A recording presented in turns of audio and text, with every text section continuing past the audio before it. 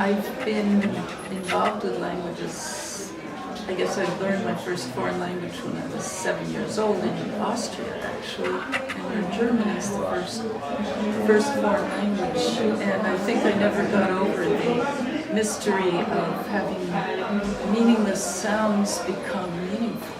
So I keep learning new languages and enjoying that, and think about language a lot.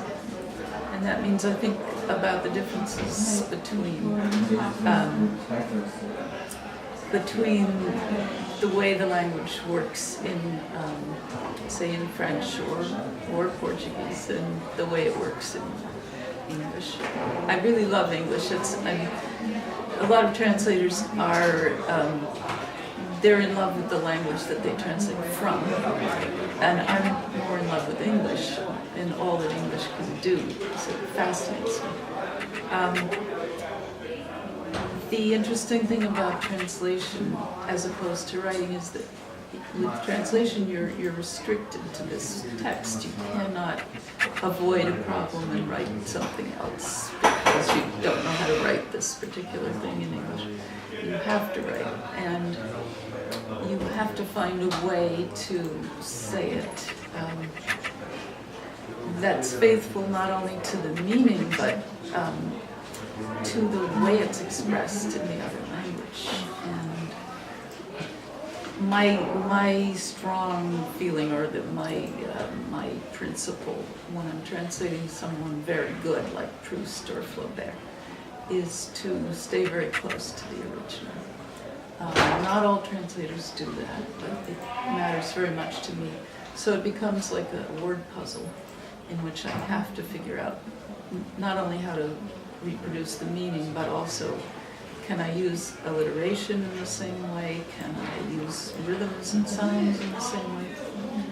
And translation is always about compromise, so I usually have to give up something, give up on the sound, or I don't feel I can change the meaning, so it's the other things that I have to compromise.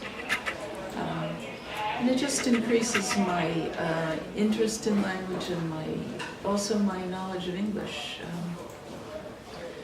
I see what English can do and can't do, what French can do and English cannot do.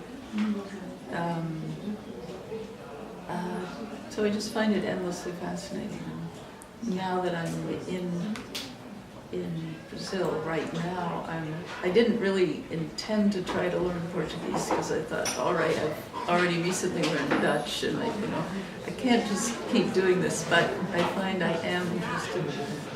For example, from the van, looking at the signs on the road, I see the word borracha or something like borracha, which in Spanish I think means drunk. But here I looked up in my little dictionary and it had something to do with rubber tires. So I say, okay, it doesn't mean drunk at all. It means something to do with rubber tires, and I find that very interesting. And also, I looked in my little Portuguese dictionary this morning and I see that Peru means Turkey. That's another surprise. So I'm having fun with Portuguese, so this was